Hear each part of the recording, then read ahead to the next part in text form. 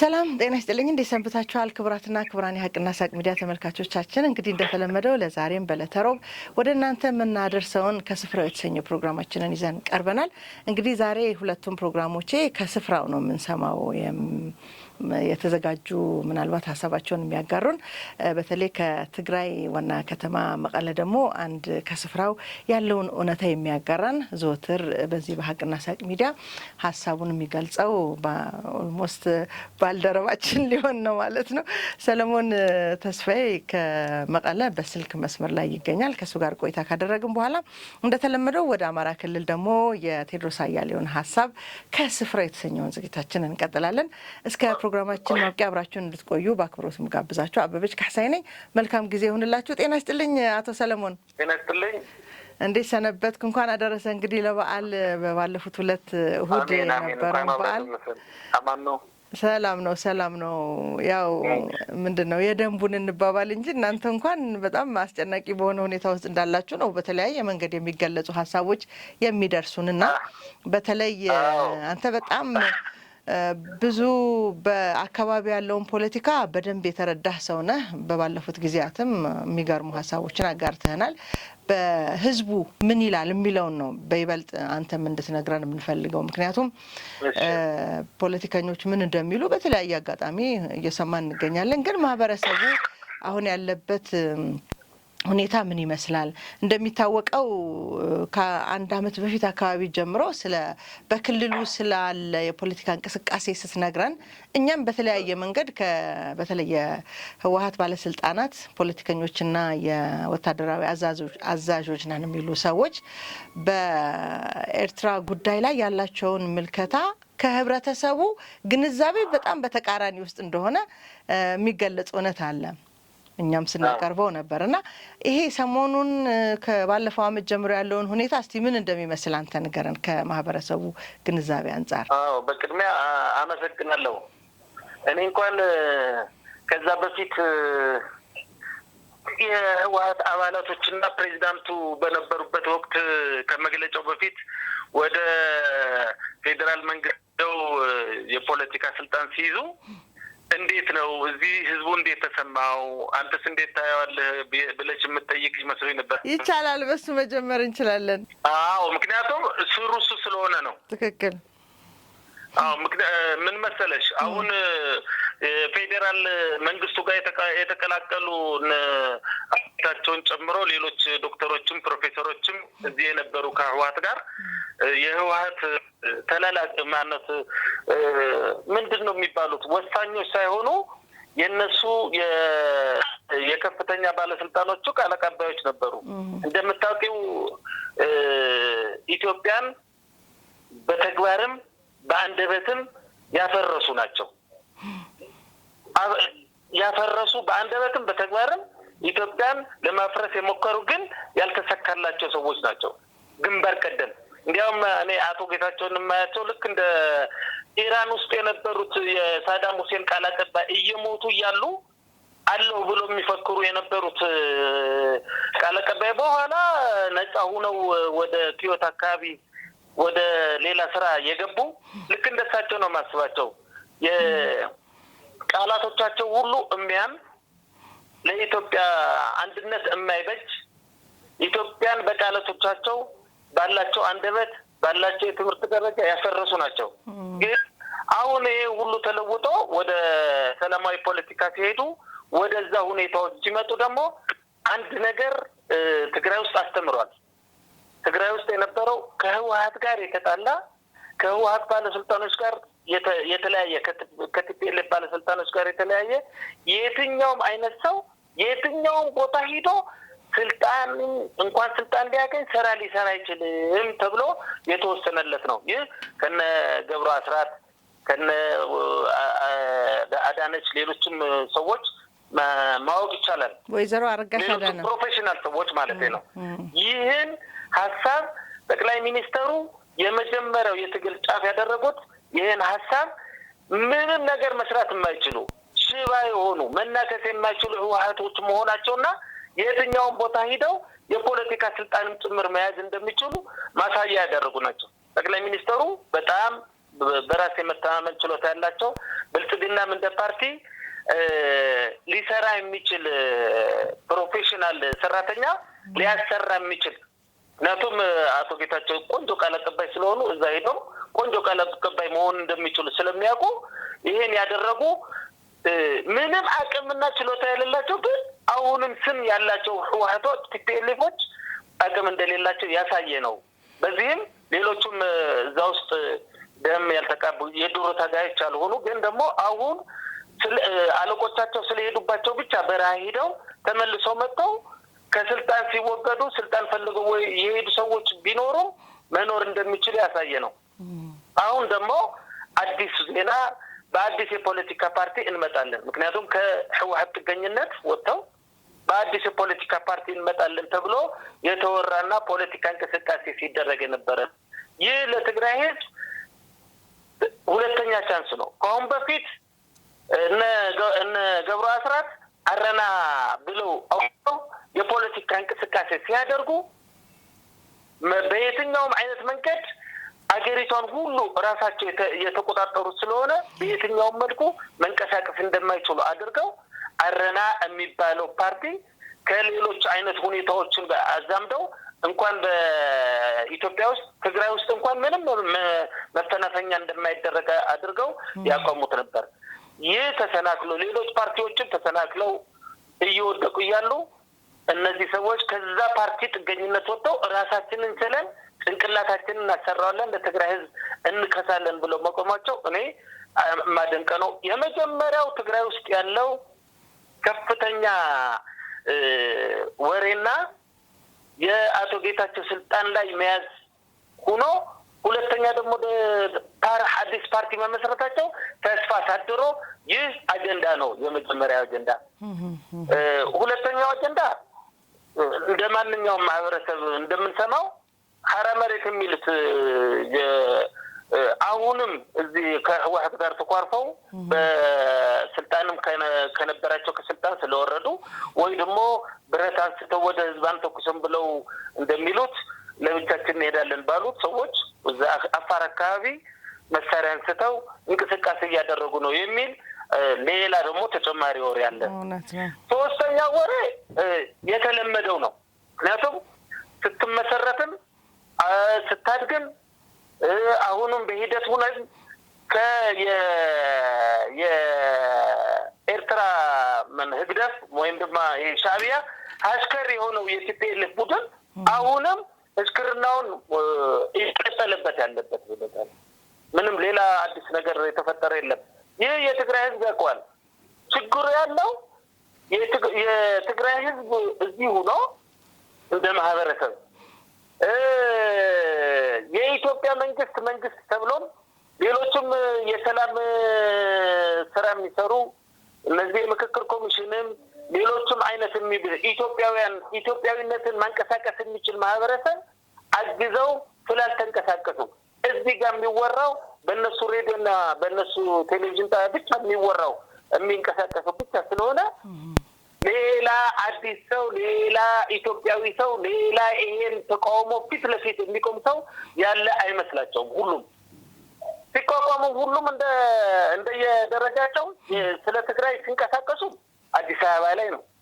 ስለ ትግራይ ፓርቲ መሰረትን ሲሉም ሲያቀርቡም አዲስ አበባ ላይ ነው። ልክ ካሁን በፊት የሰብዓ እንደርታ የሚባለው ፓርቲ እንደተመሰረተው ቢሮ ከፍተው ፊት ለፊት ምክንያቱም የፖለቲካ ትግል እስር ሊያስከትል ይችላል፣ ሌላም ሊያስከትል ይችላል።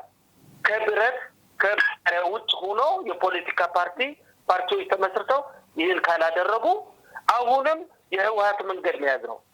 መሳሪያ ይዘህ ከመሳሪያ ጋር ተጠግተህ አጃቢ ይዘህ በኃይል አሁን ያለውንም ስርዓት ማስወገድ ከሆነ ይህ አዲስ ስርዓት መመስረት አይደለም። አዲስ ስርዓት መመስረት ልክ ኢትዮጵያ ውስጥ ብልጽግና እንዳደረገው በሪፎርም በህዝባዊ ትግል በምርጫ መሆን አለበት። ይህ ህዝባዊ ትግል እስክሪብቶና ሰላማዊ ሰልፍ ብቻ የያዘ ነው። መሳሪያ ይዞ እኔም በረሃ አለውኝ አንተም በረሃ አለውኝ ሌላ በረሃ ያለውም የትግራይን ህዝብና መሬቱን ወደ ጦርነት አምባ መመለስ ነው። አሁንም ወደ ጦርነት አዙሪት መመለስ ነው። ከዚህ የወጣ ጭንቅላት አዲስ አስተሳሰብ ያለው ማህበረሰብ መመስረት አለበት። መሳሪያን እሾህን በእሾህ ነው እሳትን በእሳት ነው የሚለው ብሂል ማቆም አለበት እና ወደ ዋናው ጨዋታ ለመምጣት እየሰማሽ ነው አይደል? እየተሰማው። አዎ ወደ ዋናው ጨዋታ መምራት ከኤርትራ ጋር ያለው ግንኙነት የሚለው እዚህ መቀሌ ውስጥ ይሄኛው እየተባለ የኤርትራ የነበሩ ሰዎች በጣም ብዙዎች ስላሉ እዚህ ይኸው የሻዕቢያ ስለላ የነበረ እገሌ የሚባለው ይኸው እየተዋወሉ እየታዩ ነው። እዚህ በነጻነት እንደሚዘዋወሩ ነው የምንሰማው። ሌላው እዛ ያሉ ግንኙነት የሚፈጥረው አንድ አለ እዛ ወደ ፈለገበት የሚንቀሳቀስ አንድ አክቲቪስት አለ። እሱ እዛ ደርሶ አስመራ ደርሶ መጥቶ ወደ ፈለገበት ወጥቶ ሌሎችም እዛ ደርሰው ተፈልጎ ተገናኝተው የሚመጡበት ሁኔታ እየፈጠሩ ነው። ትክክል ነው። ይህ አዲስ ነገር አይደለም። ስልጣን የሚያቆያቸው ነገር ወደ ስልጣን የሚያሸጋግራቸው ነገር እስካገኙ ድረስ እንኳን ለጌታቸው ጌታ ማለት አሰሪያቸው ዘዋሪያቸው ሻዕቢያ ይቅርና ለሌላም ለመገዛት ዝግጁ ናቸው።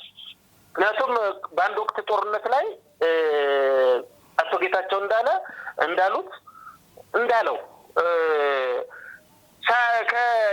ከግብጽ ጋር ተገናኝታቸዋል ሲባሉ ለብልጽግና መንግስት ለማውረድ እንኳን ከግብጽ ጋር ከሰይጣን ጋር እናብራለን ነው ያለው በግልጽ።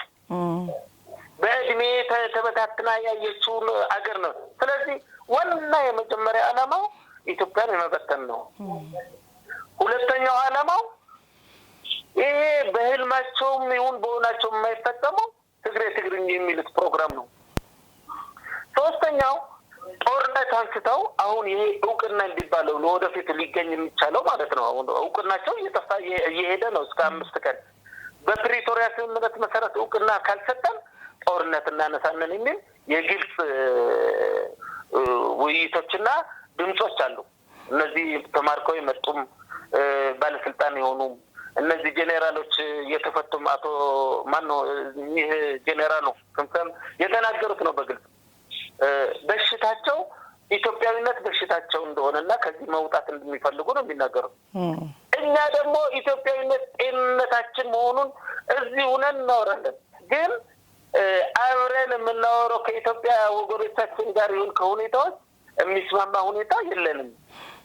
ያም ሆኖ ይህ አሁን የሚወራው የጦርነት ጉስሚትና ዝግጅት የመጨረሻው የውድቀት የመጨረሻው ደረጃ ነው። ስለዚህ እኛ ጦርነት አንፈልግም። ህዝቡ ጦርነት አይፈልግም።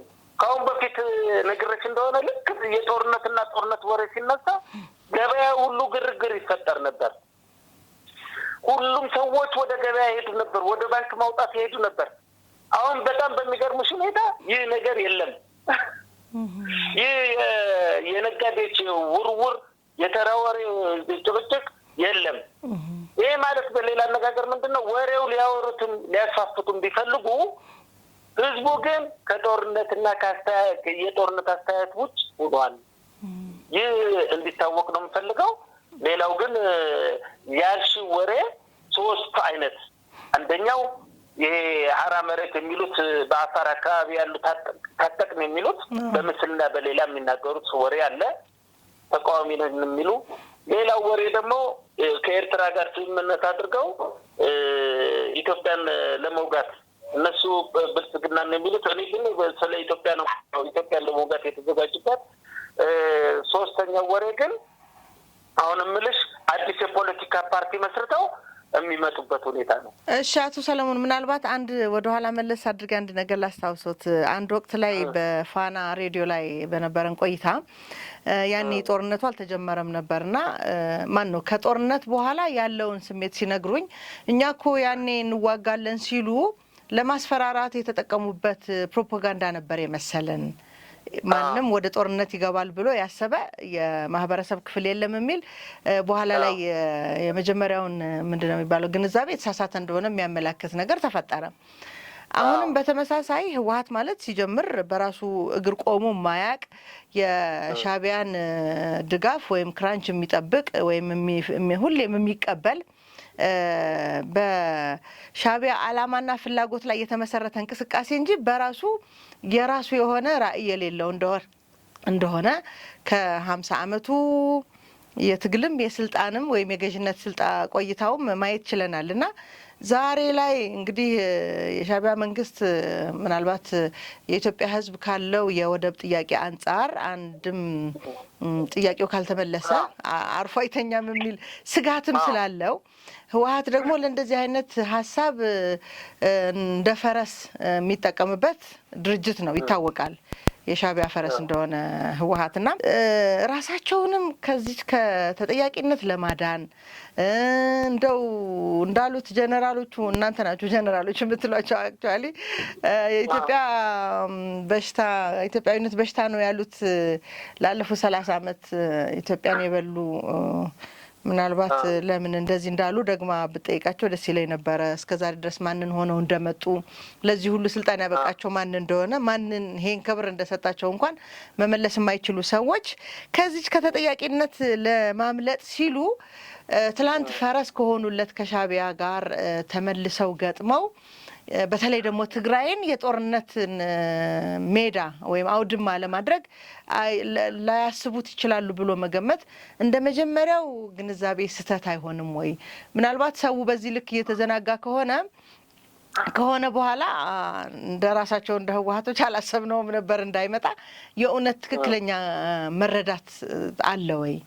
አሁን እንግዲህ አቤ ምን መሰለሽ ቅድም እንዳልሽው ያለፈው ዕለት ስንታየት እብደት ነው የተፈጸመው። ይዛኔ እብደት ማለት እንግዲህ የኢትዮጵያ መከላከያ ሰራዊት ከመጀመሪያው የደርግ ተብሎ ሙሉ ለሙሉ ተቋሙ ፈርሶ ነበር እንደምታውቂው።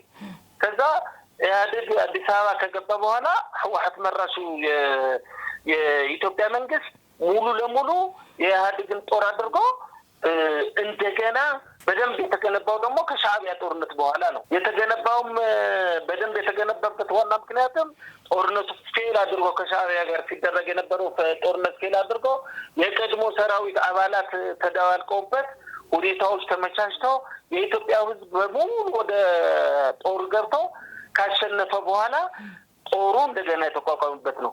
እንደምታዩ ከ80 እና ከ90 በላይ የኢትዮጵያ ጄኔራሎች የትግራይ ጄኔራሎች የትግራይ ኮሎኔሎች የሚመሩት ነው። ስለዚህ ይህ በእነሱ አመራር ራሳቸው ያደራጀት ጦር ራሱ ሁኔታዎች የፈጠረ እና የኢትዮጵያ ስም ይዞ ቁጭ ያለ 80% ጦር እዚህ ትግራይ ውስጥ ሰሜን ውስጥ የነበረውን ጦር በዚህ አይነት ልክ በእብደት ይሰሩታል ብለን አላመንም ነበር። ከሆነም በኋላ ሁኔታዎች እንደሚለዋወጡ እያወቅ ሁኔታዎች ሁሉ ተለዋውጠው እዚህ ተደርሰዋል። እኔ አሁን ያልኩት የሻዕቢያ ጦርና ህወሓት አሁን ያሏቸው ወጣቶች ይዟቸው የገቡት ጦር ከነሱ ጋር ሁነው ጦርነት አይከፍቱም ወይም አያስነሱም አይደለም። ልክ የጦርነት ሁኔታዎቹን ግን ስናይና ስንመለከት መሰረታዊ ጦርነቱ መሰረታዊ ማህበረሰቡን የረበሸ ወይ ወደ ይሄ ብቻ ነው ተብሎ ወደ ሌላ ሁኔታዎች የተለወጠ አይደለም። እንደ ድሮ ሲነሳ ዘረኝነቱ ነበር፣ ሲነሳ የብሔርተኝነት ጉዳይ ነበር፣ ሲነሳ ብዙ ነገሮች ተነስተው ነበር። እነዛ ነገሮች አሁን የሉም፣ ተለውጠዋል በአስተሳሰብ በፖለቲካ ስፔሻሊ በሁለት ዓመቱ የሽግግር መንግስት ይሄ ጊዜያዊ መንግስት ሁኔታዎች ጋር በደንብ ተገላልጦ ታይተዋል። ሆኖም ግን አሁን እነሱ የያዛቸው ጦር ይዞት ያሉት ጦር ወጣቶች ናቸው። ማን እንደሞተባቸው በየትኛው አይነት መንገድ እንደሞተ ሁኔታዎች እንዴት እንደተቀያየሩ ትግራይ ውስጥ እንደ ማህበረሰብ ዝም ብሎ ነው የተወራው እንጂ ልክ እንደ እነሱን ለመመለስ ማህበረሰቡን ለመመለስ ማዕከላዊ መንግስትን ይሁን ሌሎች ማህበረሰቦች አልሰሩበትም። እኛም ልንሰራበት ስንፈልግ ሊሰራበት አልተፈለገም። ሆኖም ግን ነው የምልሽ ጦርነት አይነሳም ሳይሆን ያ ጦርነት ቢነሳ አይወድቆ ወዳደቅ አይሞቱ አሟሟት ነው የሚሞቱ። ይህ እንደ ማህበረሰብ ሁሉም ማህበረሰብ አውቆታል ነው። ለምሳሌ አሁን መነሻ ሀሳቡ ሲነሳ የኢትዮጵያ መንግስት የባህር በር ጠይቋል። ከጠየቃቸው የሚገባኛል ብሎ ከመሬቱም ከምኑም ተሳስቦ የሚመጣው ይገባኛል ብሎ የሚያወጣው አንደኛው የአሰብ ወደብ ነው፣ በህጋዊና በሰላማዊ መንገድ የሚለው እሱን ለመክታት የኢትዮጵያ መንግስት ማለት የሻዕቢያ መንግስት ለትግራይ ህዝብ እንዲገለገልበት ፈቅደዋል በሚል የሻዕቢያን ፕሮፓጋንዲስቱም ትግራይ ያሉ ፕሮፓጋንዲስቱም እየተናገሩበት ነው። ትግራይ ወደብ አገኘች ማለት ተመልሳ ሌላ ለውጥ አገኘች ማለት ነው ብሎ የሚናገሩበት ጉዳይ እየመጣ ነው። ይህ ፕሮፓጋንዳ በትክክለኛ ሁኔታ በትክክለኛ ቃለ መጠይቅ መመለስ የሚገባና ማብረድ የሚገባው ነው። ህዝቡ ምን ማድረግ ይችላል? ሰላማዊ ሰልፍ መውጣት ይችላል። ማን ጫፉ ነው ሰላማዊ ሰልፉን ይምራለት? ማን ያስተምረው? ማን ሂደቱን ይጣ? ትዝ ይለሽ እንደሆነ የአክል የሚለው የምዕራብ ትግራይ ሰልፍ ነበር። የአክል የሚለው በአንድ ጊዜ ላይ ቀጨጨው። የአክል ለማን ይበቃል? ለማን? ለህወሓት፣ ለጊዜያዊ መንግስት፣ ለፌዴራል መንግስት፣ ለፕሪቶሪያ ስምምነት። ይህ ሳይመለስ የአክል በሚል መጣ። ሁሉም እየራሱ ተጠቅሙበት። ስለዚህ ይሄ ራሱ ዝም ብሎ የቀረበት ነው እና አይሆንም ማለት አይደለም። ይህ የጦርነት አባዜ ስለሆነ ምክንያቱም መሸሸጋቸው ስለሆነ ዘረኝነት ከጫፍ ከላይ ይመጣና እየወረደ ሄዶ ቤት ውስጥም ልዩነት ይፈጥራል። ልጆችም ላይ ልዩነት ይፈጥራል። ይህ ለእኔ ይመስላል፣ ይህ እኔ አይመስልም፣ መልኩ የኔ አይደለም እያለ እየወረደ ይሄዳል። ስለዚህ ወደ ቤተሰባቸው ተጠግተው ወደ ሌላ ሁኔታዎችን ተጠግተው ይህን ጦርነት ሊያካሂዱት ይችላል። ግን እንደ ቀድሞ በስሜት ተነግሮ በስሜት የሚያልቅ አይደለም። እነሱ በሚሉት በዘረኝነትማ እዚህ ትግራይ ውስጥ ያለ ነው እንደርታ፣ አጋመ፣ አድዋ፣ አክሱም ተብለን ተቀራርተን ነበር እኮ። ግን ማህበረሰቡ አውቀዋል። ይህ የመጨረሻው ሂደት ነው ነው። አንድ ነገር ላስታውስ በደንብ አድርገን እዚህ ጉዳይ ላይ እንድናወራበት ፈልጋለሁ። ያኔም ቢሆን ከኢትዮጵያዊነት አስተሳሰብ ወይም ኢትዮጵያዊነት ከሚለው ዜግነት የሚነጥል ምንም አይነት ታሪክ ባልነበረባት ኢትዮጵያና ትግራይ በየአጎራባች ያሉ ክልሎች ብሔሮች እየተጠራ እገሌ ጠላትህ እገሌ ጠላትህ ተብሎ የተሰራ ፕሮፓጋንዳ ነበረ። ምናልባት ያ ስሜት ቀስቅሶ ወደ አላስፈላጊ እልቂትም ውድመትም ጸብም የተገባውና በተመሳሳይ እኔ አሁን እየገረመኛለም ለማስታወስም ስለምፈልግ ከጦርነቱ በፊት የነበረው ስሜት የኤርትራ ወይም ሻዕቢያ ጠላትነትን በጣም በሰፊው ሲሰራበት ቆየ። ከዛም በዛ ልክ ደግሞ በተለያየ መንገድ ያ ሻዕቢያ ሰራዊት ትግራይ ገብቶ ያደረሰውን ጥፋት ከራሳቸው ደግሞ ከህወሓት አመራር አቶ ጌታቸው ረዳን ጨምሮ በቅርቡ እየሰማን ነው። በትግራይ ውስጥ የደረሰው ጥፋት በኦልሞስት በጣም በርካታውን ፐርሰንት የሚይዘው ብዙ ጥፋት ደረሰ የሚባለው በሻዕቢያ ወታደር ነው ሲሉ በቅርቡ የሰጡት ኢንተርቪው ላይ ሰምቻለሁ።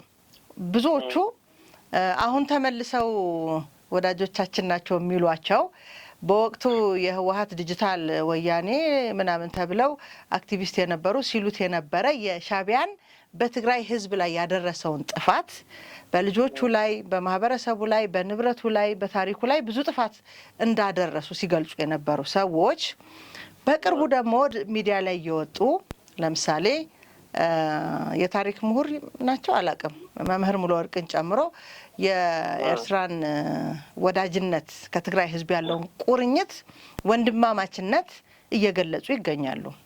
እንዲህ አይነት አካሄድ ትላንት በተሳሳተ መንገድ ወደ ጦርነት ያስገባውን ፕሮፓጋንዲስት ዛሬ ደግሞ ትላንት ያደረሰውን ሻዕቢያ ያደረሰውን ጥፋት በማስካድ ሌላ ወዳጅነት የሚመሰርት ፕሮፓጋንዳ ሲሰራ ያለው ይህ አብሮ ኢትዮጵያን ለመውጋት ካለ ፍላጎት የሚመነጭ የህወሓት ሴራ እንደሆነ ይታወቃል። በዚህ ልክ የማህበረሰባችን ግንዛቤ ትላንት ጥፋት አድርሶብኛል ብለህ እንደ ህዝብም የተናገርክለት በተለያዩ ሚዲያዎች የሻዕቢያን ጠላትነት የጥፋት አድራሽነት በየትኛውም የእርቅን በለው የፍትህ ሂደት ምንም አይነት መልስ ያላገኘውን ጉዳይ መልሶ ደግሞ ጥቂት ፖለቲከኞችና ፕሮፓጋንዲስቶች መጥተው ወዳጅነታቸውን እየሰበኩላቸው ይገኛል። የሚሰማቸው ካገኘ ለማለት ፈልጌ ነው። ይህ ሁኔታ እንደ ትላንቱ የተሳሳተ ግንዛቤን ለማስያዝ አሁንም ጦርነት ልክ መሆኑን በተለይ ደግሞ ከሻዕቢያ ጋር ወይም ከኤርትራ ጋር አንድነት መመስረትን ቅድም መግቢያ ላይ ብለዋል። አንዱ ትርክታቸው ምናልባት በየትኛውም ዘመን የማይሳካላቸው የታላቋን ትግራይ መመስረት ፍላጎታቸውን ለማሳካት ካላቸው ፍላጎት ሌላ ወዳጅ የሚሉት ግን ደግሞ ወዳጅነቱ እንኳን ምንም ምልክት ያላሳየን ሊያሳይም የማይችልም የኢትዮጵያ ታሪካዊ ጠላት ከመሆኑ አንጻርና ይሄ ነገር ግን እንደ ትላንትናው የተሳሳተ መንገድ ውስጥ እንድንገባ አያደርገንም ወይ? ህብረተሰቡ ትላንት የሆነውን እየመለሰ እያየው ነው ወይ? በህይወቱ የደረሰውን ነገር እያሰበው ነው ወይ? እኔ እንደ ጠላትነት እንዲፈርጀውም አልፈልግም፣ ግን ወደ ጦርነት የሚገፋውን ሀሳብ አሳስቶ ወደ መንገዱ ለማስገባት አስገዳጅ ሁኔታዎች እየተፈጠሩ አይደለም ወይ ለማለት ፈልጌ ነው። አዎ ይኸውልሽ ምን አለ መሰለሽ አሁን ሲናገሩ እነዚህ ሙሉ ወርቅ የሚባለው ሌሎችም አሉ የኛ እድሜ 50ዎቹን ያሳለፉ የኛ ኩዮች አሉ። ሽማግሌ የትግራይ ሽማግሌ ሲባል እንደ ሽማግሌ ሆኖ ይቀርባሉ። ትግራይ ወደ ጦርነት ልትገባ ነው ሲባል ወደ ጦርነት የምትገባበት ዋናው ምክንያት ትክክለኛ መሆኑ ደግሞ የሚተነትኑ ቆይተው ደግሞ ሲቪክስ ማህበረሰብ ስለ ምክክር የኢትዮጵያ ምክክር ኮሚሽን ተብሎ ሲነሳ ደግሞ ለመመካከር ስለ ኢትዮጵያ የመጀመሪያዎቹ ሆነው የሚቀርቡ ስለ ምክክር ኮሚሽኑ ዋናው መመካከሪያው የት እንደሆነ የሚደራደሩ ቆይተው ደግሞ ጦርነት ካልተደረገ ሁሉም ነገር ዋጋ የለውም ትግራይ ወደ ታች ትወርዳለች እያሉ የሚናገሩ ሁሉ የሚያደርጉ ሰዎች አሉ ትግራይ ውስጥ። ሁሉ ጊዜ ስለ ህወሓት ምሁራንን ሰዎች ነን እያሉ እየተናገሩ ወጣቶች ነን እያሉ እየተናገሩ ሁሉ ጊዜ የኢትዮጵያን ማነው የትግራይን ህዝብ ወደ ጦርነትና ወደ ሌላ መከራ የሚያሳልፉ ሰዎች አሉ። ልክ እንዳልሽው አሁን ሲናገሩ ስለ ኤርትራ ሲናገሩ ሁሉ ጊዜ የተሻቸው እንደሆነ የመጀመሪያው ዶክተር አብይ ሂደው እርቅ ሲመሰርቱ የመጀመሪያው ልክ እንደ አላደል ይሄ ሳይቀድመን ቅደመው በሚል ፕሪንሲፕል ገብተው ምን ያደርጋሉ መሰለሽ ትግራይ ውስጥ ያለው ኢትዮጵያ ውስጥ ያለው ግንኙነት ትግራይ በለጠ በሚል ቅድመ ሁኔታ ምንም ባለመስጠት ገበያውን እንኳን ገበያ የአስመራ ገበያ ሰይሞ ልዩ ገበያ ሰጥተው ነበር። በዛ ነው መሰጠት አለበት ሲናገሩ ሁሉ ጊዜ ምን ይላል መሰለኝ አንደኛው ይመጣና ይባላል የትግራይ የኤርትራ ወንድሞቻችን እያሉ ነው እዚህ ያሉ ሰዎች የሚናገሩ። ኤርትራ ያሉት ፕሮፓጋንዲስቶች ደግሞ ሁሉ ጊዜ ሲናገሩ ከሰማቻቸው ምን ይላል መሰለኝ ጎረቤቶቻችን ነው የሚሉት። በቃ ይህ ጎረቤቶቻችን ነው የሚሉት። በቃ ይህ በር ነው የሚሉት። ይህ ባህሪ የትግራይን ህዝብ ወደ ኋላ እየመለሰው ነው። እውነትሽን ነው። ለጦርነት መነሳሳት ሁኔታዎች እየፈጠረ ነው። ትክክል ነሽ። ግን አሁን እያልኩሻለሁ እንደ ቀድሞ እንደ ሁኔታዎች ይሄ ባሩድ ሊሸት የሚችል እነ ሙሉ ወርቅ እኮ ምን ላይና ማን ላይ ፕሮፓጋንዳ እንደሚመሰርቱና እንደሚናገሩ ይታወቃል። አሁን ታውቋል። ዝም ብለው አልነበር ካሁን በፊት ለረጅም ጊዜ ዝም ብለው ሲያበቁ አትላስ ምን አደረገው? አሁን የኤርትራ ሁኔታ ሲመጡ የሚበላ ሲሰጡ የሚታኘክ ሲሰጡ ምን ያደርጋሉ? ጆኖሳይድ በሉ ሲባሉ ጆኖሳይድ፣ ጠላት ሲባል ህዝብን እንደ ጠላት እገሌ ሲባል አሁን ምንም አዲስ ነገር አልተገኘም። የታወቀ ነው። የተናገሩት ነው። ግን እኔ ምንሽ እንደ ባለፈው ዕለት የትግራይ ህዝብ ወደ ሞኝነትና ልክ ጓጡ ሁሉም ነገር እንደመስጠትና ለጦርነት እንደመዘጋጀት አይደለም። ያ ሞቅታው ነው ምልሽ ሞቅታው ይልቁንም ያ የአንድ ወገን ሞቅታ የነበረው የጦርነት የአንድ ወገን ብቻ ህወሓት አለች፣ ህወሓት ተነሳች፣ ህወሓት እንደዚህ ተዘጋጀች የሚለው የአንድ ወገን ሞቅታ የነበረው ጠፍቶ 2-3 አይነት አቅጣጫ መያዝ ጀምረዋል። አሁን 4ኛ አቅጣጫ ያስፈልጋል። ሀሳባቸው የህዝቡን ሀሳብ ወደ 4 አቅጣጫ የሚበትን ከዛ በኋላ ብቻቸውን ሁሉም ሬዲዮኑን ይዘው ቴሌቪዥኑን ብቻቸውን ይዘው ፕሮፓጋንዳ እያከፋፈሉ የሚመጡበትን መንገድ ማስቆም ማለት ነው። በጣም ጥሩ። ይህ ሲደረግ የነበረው አንድ አይነት ብቻ አቅጣጫ ጦርነት ምን እየተባለ ይሄድ የነበረው የአንድ አቅጣጫ ሀሳብ ይበተናል። ለዚህ እንጂ እኔ ስጋት አይደለም ምልሽ። አዎ ስጋት ነው። ገና ሌሎችም እነዚህ የህግ ምሁራን ነን የሚሉ እኮ ይመጣሉ። ይሄ ማነው እስላም አንድ የህግ ምሁር ነኝ ብሎ ሁሉ ጊዜ የሚወጣው ሌሎችም ይወጡና ቴሌቪዥን ላይና ምናምን ከህግ አንጻር ይልሻል። ሀሳባችን ከታሪክ አንጻር ሀሳባችን ከኤርትራ ጋር ሁደን ብራቸው ኢትዮጵያ እያሉ እኮ ነበር ሲናገሩ የነበሩ። ተመልሰው ቀድሞውን ወደ አዲስ አበባ ሂደው ያቺ ድራዕቶ ያላቸውን በድርድር ያደረጉት እኮ እነሱ ናቸው። ስለዚህ ይህ ሁሉ እያለ ሀሳቡ ወደ 4 እና ወደ 5 ከተበተነ የማይሆን ነገር የለም። መልካም ይዘግዛል እንጂ ጦርነት አያነሳም። የጦርነት አባዝ የለውም። ከወንጀልነት ላለመጠየቅ የሚሉ ነገር አይደለም። የዓለም አቀፍ ህብረተሰብም ይሁን ሰውም ይሁን ሁሉም ነገር ወደ ሁኔታዎች እንዲመለስ እንዲያደርግ ሀሳቦችንም ሁሉ እንዲመለስ እንዲያደርግ በመጀመሪያ ደረጃ ይህ ሀሳብ ይህ የጦርነት ሀሳብ ይህ የብቻቸው የሆነ ሀሳብ በምን መንቀሳቀስ አለበት? በሀሳቦች ወደ 4 እና 5 መከፋፈል፣ ባህር መደራደር፣ ወደ ፖለቲካ ውይይት ማምጣት ነው የምልሽ። እንግዲህ እንጂ ልክ ጦርነት ሲነሳ የኢትዮጵያ የጦርነቱ አባዜ ህወሓትና ቲዲኤፍ ብቻ የሚወራለት የነበረው አሁን ግን እሱ ቀርቶ 3-4 ሀሳቦች ተነስተዋል። አንደኛው ይሄ የነገርኩሽ የአቶ ጌታቸው የሚመሰርተው አዲስ የፖለቲካ ፓርቲ፣ ሁለተኛው እዛ ምንድነው በአፋር አካባቢ ሐራ መሬት የሚሉት ፓርቲ የተነሳው ታጥቅ ዝፍል፣ ሶስተኛው አሁን ያለው ወሬ ነው። እንዲያውም አራተኛው አሁን በከፍተኛ ሁኔታ ታጋዮች የሚያነሱት እና የሚነጋገሩበት ይሄ ምንድነው ዲዲአሩ ስለ ብሯ በከፍተኛ ሁኔታ ንግግር አለ። እኛ ጋር ድምፅ አልወጣም እንዴ እኛ ጋር አንሰጥም እንደ የሚል ማለት ነው። ወደዚህ አካባቢ ሂደዋል። ግን እብደቱ ቀጥሎ ጦርነቱ የማይነሳበት ነገር የለም። ፕሮፓጋንዳዎቹ ግን በዚህ ልክ እየቀነሱ እየሄዱ ነው። ያ እየቀነሱ የሚሄዱ ግን በደንብ አድርጎ እንዲቀንስና ሁኔታዎች እንዲመቻቹ ይህ ማዕከላዊነቱ ኢትዮጵያዊነት የሚል ማዕከላዊ አስተሳሰብ እንዲመጣ መንግስትም ማህበረሰብም ልክ እንዳንቺ ያሉ ኢትዮጵያዊነት አስኳል የሆነው ማህበረሰብም ተፈጥሮ ሁኔታዎችን እንዲያስተካክል ማድረግ ነው። ካልሆነ ብቻው ከሆነ ብቻው ይሆናል ማለት ነው። አንድ የመጨረሻ ማጠቃለያ እንድትሰጠኝ። ብዙ ጊዜ ፌዴራል መንግስት በአጠቃላይ በዶክተር አብይ የሚመራውን ብልጽግና ብዙ ለኢትዮጵያ ፖለቲካ ትልቅ አስተዋጽኦ አበርክተዋል ብለህ ታምናለህ? ሀሳብህንም ታጋራለህ? ለምሳሌ በጥላቻ ብቻ ይፈርጅ የነበረው ህወሓት ውስጥ የነበሩ ፖለቲከኞች ሲባረሩ እንደነ አቶ ገብሩ ያሉትን በፖለቲካ ፓርቲ ምሳሌነት አይተናል የነሱን። እሳቸው ደግሞ በተቃራኒው እሳቸው ጋር የነበራቸውን ጸብ አስቀርተው ወደ አመራርነት አምጥተዋቸዋል ብለህ የለውጥ አራማጅነታቸውን በዚህ ልክ ትገልጸዋለህ።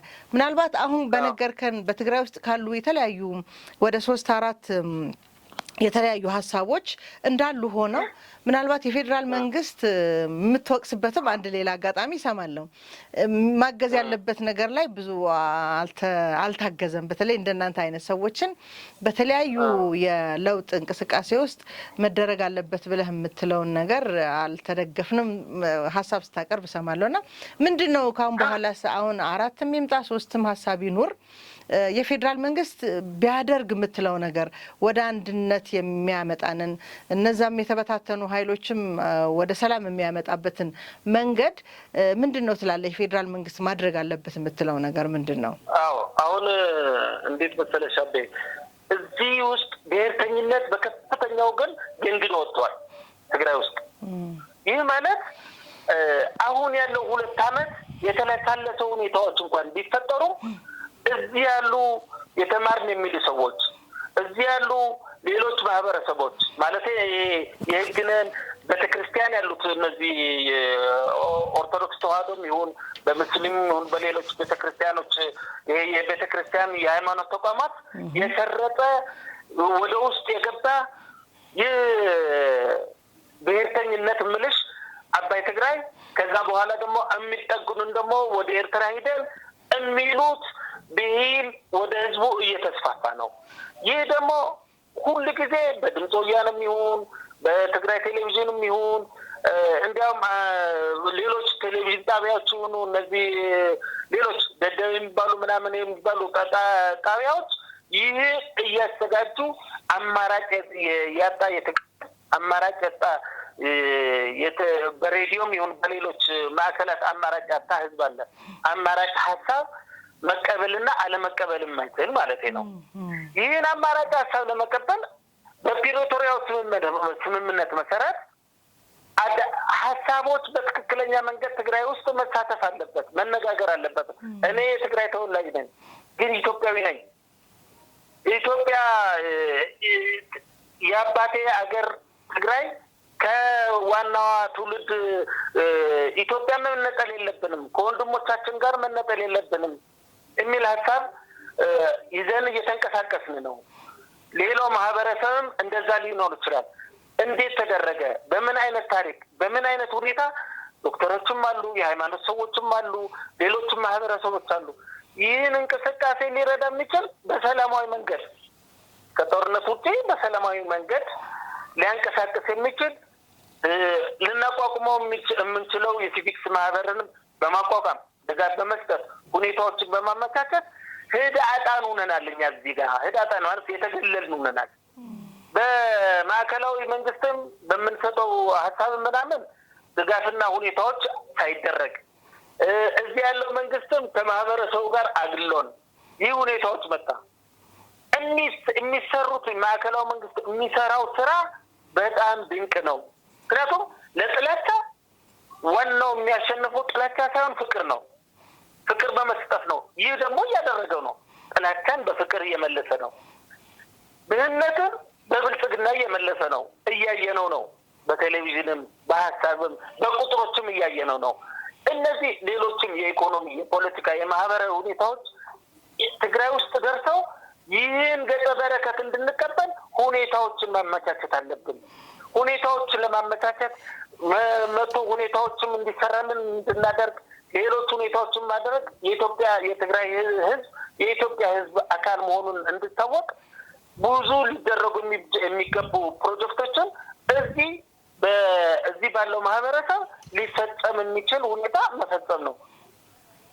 መተጋገዝ፣ መረዳዳት፣ ፖለቲካዊ ሀሳብ መስጠት፣ በሀሳብ ደግሞ መርታት፣ ከጦርነትና ከግጭት ውጭ ማለት ነው። ይህን ለማድረግ ሰላም ሚኒስቴር የሚባል አለ፣ የሽግግር ፍትህ የሚባል አለ። ይሄ ምንድን ነው የሚባለው? ምክክር ኮሚሽን አትላስ ሁሉም ህዝብ የሚጠብቀው ምክክር ኮሚሽን አለ። ለዚህ ሁኔታዎች የምንመቻችና ልንነጋገር ዝግጁ የሆን ማህበረሰቦች አለን። ለምሳሌ ያለፈው ዕለት የምክክር ኮሚሽን መጥቶ ከማን ጋር ነው ተመካክሮ ሄደው? ከአሁን በፊትም ነግረን ነበር። እነሱ ራሳቸው ብር አዋጥተው ልጆች አዋጥተው ጦርነቱን ካፋፋሙ አሁንም ደግሞ ኤርትራ ጋር ብንሆንና ማዕከላዊ መንግስት ብንዋጋ የተሻለ ነው ብለው ሁሉ ጊዜ እንደርጎ ዘንድ ሁሉም ጋር መግባት የሚፈልጉ ስፖርት አለ ሲባል ስፖርት ጋር እንደዚህ ያለ ሲባል መነጋገር ከማህበረሰቡ ጋር አላት ሂደው ይነጋገራሉ፣ ግን ያፈርሳሉ።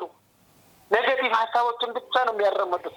ስለዚህ እዚህ ጋር ሆነ ፖዚቲቭ ሀሳብ ከሚያራምድ ጋር ሆነ ትግሉን ማፋፋም ይሄ ግልጽ ነው። ኢትዮጵያዊነታችን መንጠቅ የሚፈልግ ማንም አንፈልግም። አባቶቻችን ኤርትራ ተነጥቃ ስትሄድ ትክክል አይደለም ብሎ ስለተናገሩ ከ81 ጀምሮ ወደ እስርና ታውቂዋለሽ ስንት ታላላቅ የእንደርታ አባቶች የመቀሌ አባቶች ታስረው ታፍነው መጨረሻ ጋር ተመናምነው የቀሩበት ነው። ይህ አሁንም ሊሆን እየተዘጋጀ ነው። ከዚህ ለመውጣት ቅድመ ዝግጅት ማድረግ አለብን። ኢትዮጵያውያን ወገኖቻችን ደግሞ እኛን ማገዝ አለባቸው።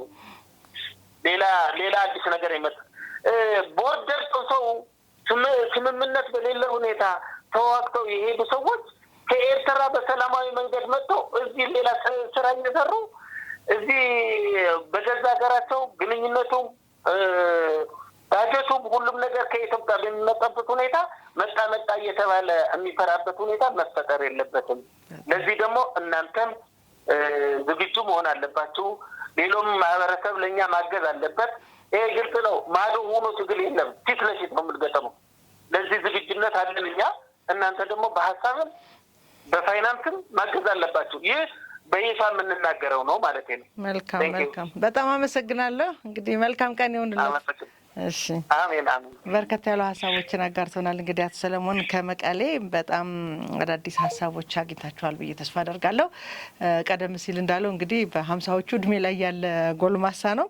ብዙ ጊዜ የትግራይን ችግር በተለይ ከፌዴራል መንግስት የሚሆን በአጠቃላይ የኢትዮጵያም ሕዝብ ምልከታ እንደው የእድሜ ባለጸጎች የሃይማኖት መሪዎች የሉም ወይ፣ ትልልቅ ሰው የለም ወይ ይላል አሉ። በእርግጥ ግን አንድ ወቅት ላይ እንግዲህ ያደረኳቸው መጽሐፋቸውን ሲያስመርቁ አቶ መኮንን ዘለለው ምን አሉኝ፣ ለምንድን ነው ችግሮቻችንን በእድሜ ባለጸጎች በትልልቅ በሚባሉ ድሮ የባህላዊ መንገድ አፈታት የነበረን ሕዝብ ነን እና እሱን ማምጣት እንዴት ከበደን? ለምንድነው ሁልጊዜ የፖለቲካና ፖለቲከኞች ብቻ ችግሩ እንዲፈቱት እድል የምንሰጠው ስላቸው ምንድን ነው ያሉኝ፣ በጣም የሚደንቀኝ ነገር በትግራይ ውስጥ እኮ አሉኝ ሲቪል ሽማግሌ የለም ታጋይ ሽማግሌ እንጂ ነው ያሉኝ። እና ዛሬም አሁን ይሄ ጎልማሳ ሰው ያለ ነገር ምንድነው ብዙዎቻችን አሁን የምክክር ኮሚሽኑ ወይም ከዚህም የሚሄዱ ከሰላም ሚኒስቴር የሚሆን ከተለያዩ ቦታ ማን ላይ ትኩረት አድርጎ ከማን ጋር ተገናኝቶ እዛ ክልል ውስጥ ያለው ችግር መፍታት እንዳለበት በደንብ አድርጎ ዛሬ በግልጽ ያስቀመጠው ይመስለኛል። ብዙ በእድሜ እና በሽበት መፍትሄን ባንጠብቅ መልካም ነው የሚል መልእክት ነው እንግዲህ በዚህ በነበረን ቆይታ ሊነግረን የፈለገውና እኔም የማምንበትና በትክክልም እንደነ ሰለሞን አይነት ሰዎች ተሰባስበው በሲቪክ ማህበራት ይሁን ሲቪል ማህበረሰብ መፈታት ያሉባቸው ችግሮች ነው ያሉን እንጂ በእድሜና በእምነት የሚፈታ ችግር አይደለም ያለን ለማለት ፈልጌ ነው። እንግዲህ ጠቅለል ያለ የተወሰነ ጊዜ የፖለቲካ እንቅስቃሴ፣ የኢኮኖሚ ማህበራዊ እንቅስቃሴ ምን ይመስላል በትግራይ በኩል ያለውን በዚህ ልክ ከገለጽ ነው ዘንዳ ወደ አማራ ክልል ወደሚያደርሰን የቴዎድሮስ አያሌውን ከስፍራው ፕሮግራም ወደ እናንተ አቀርባለሁ። አብራችሁን ቆዩ። መልካም ጊዜ ይሆንላችሁ። ክቡራት ተመልካቾቻችን እንግዲህ ከረፍት በኋላ ደግሞ ወደ አማራ ክልል መለስ ብለን በአካባቢ ያለውን ከስፍራ የተሰኘውን ዝግጅታችንን የሚያጋራንን ቴዎድሮስ አያሌው በስልክ መስመራችን ይገኛል። በክልሉ አዳዲስ ለውጦችም ሂደቶችም ስላሉ እነሱን አስመልክቶ የሚነግረንን እንሰማለን። ቴዲ እንዴት ሰነበትክ? ሰላም ነው ወይ? ሰላም አቤ፣ እንደምን አለሽ? ደህና ውድ ያክና ሳቅ ቤተሰቦች እንደምን አላችሁ? ሰላም ነን። እንግዲህ ከሰሞኑ ደግሞ በክልሉ በእርግጥ የሰላም ቁርጠኝነት ያሳዩ እንቅስቃሴዎች እንዳሉ እናውቃለን። የመከላከያም የተጠና ስራ እየተሰራ እንደሆነ በመከላከያችን በኩልም የተለያዩ መረጃዎች ደርሰውናል። ከዚህ አንጻር እንግዲህ ይመስለኛል የጽንፈኛውን ቡድን በተለያየ መንገድ ያው ከህዝቡም እየተነጠለ ከመምጣቱ አንጻር ያው ከህዝብ ድጋፍ ከሌለ የግድ ነው እንዲህ አይነት ደረሰ የሚባሉትን ነገሮች ሊደርሱ ግድ ይላልና በተለይ የእርስ በርስ ግጭቱ በጣም ጎልቶ እየታየ ያለና በተለያየ ሚዲያም እየተገለጸ ያለ ነገር ነው። ግን አንተ ከስፍራ ሆነህ ያየኸውን ብትነግረን ከሚል ነው የመጀመሪያ አጀንዳ ላደርግ የፈለኩት። ምንድነው ህዝቡ ሰላሙን ወደሚያገኝበት ሂደት እያመራ እንደሆነ የመከላከያውም እንቅስቃሴ በጣም በተጠና ሁኔታ እየተሰራ እንደሆነ ይገለጻልና እሱን እስቲ አንተ ከስፍራ የታዘብከውን አጋራን። መልካም። እሺ አቤ፣ ያው እንግዲህ በአማራ ክልል ይሄ የእርስ በርስ ግጭት ከተጀመረ ጊዜ ጀምሮ እንግዲህ በትልቁ የታወቀ የአማራ ክልል ህዝብ ነው። ይሄ ግልጽ ነው። ምንጊዜም ግጭት ባለበት አካባቢ በሰላም ወጥቶ በሰላም መግባት፣ በሰላም መማር፣ በሰላም መነገድ አይቻልም። የአማራ ክልል እንግዲህ ለየት የሚያደርገው ምንድን ነው? እናስብልሃለን፣ እንቆረቆርልሃለን የሚሉት በገዛ ልጆቹ ያን ጅራፍ መገረፉ ነው። እናውቅልሃለን ብለው ትምህርት አትማርም፣ እናውቅልሃለን ብለው ሆስፒታል የሚሄድበትን የሚታከምበትን አምቡላንስ ለራሳቸው መጠቀሚያ ማድረጋቸው፣ ከዛም አልፎ እንግዲህ በአሁኑ ሰዓት እየተደረገ ያለው ምንድን ነው?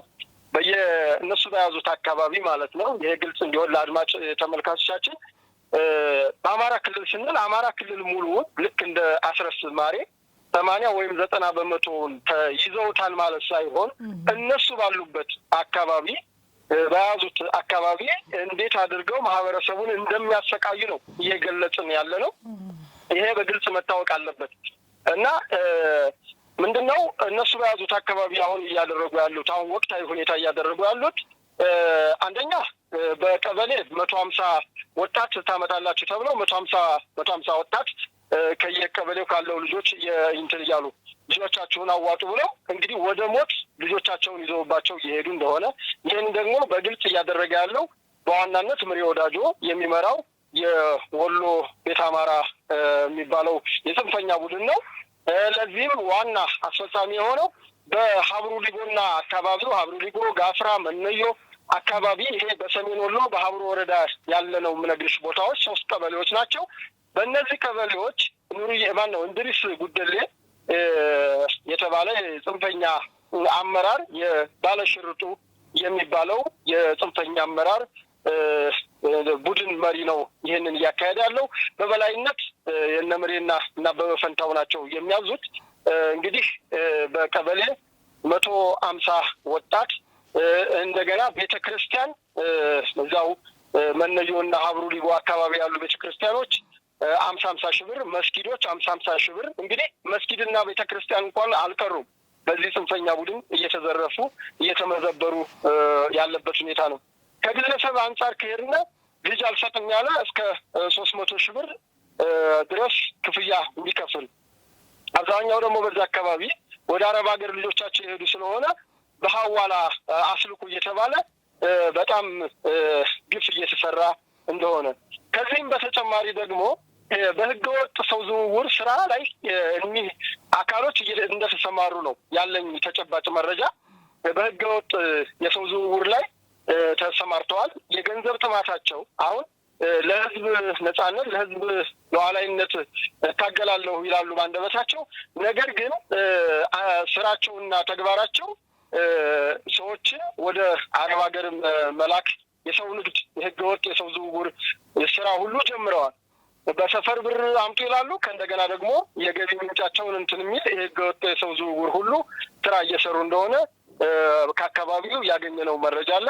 በተጨማሪ ምንድነው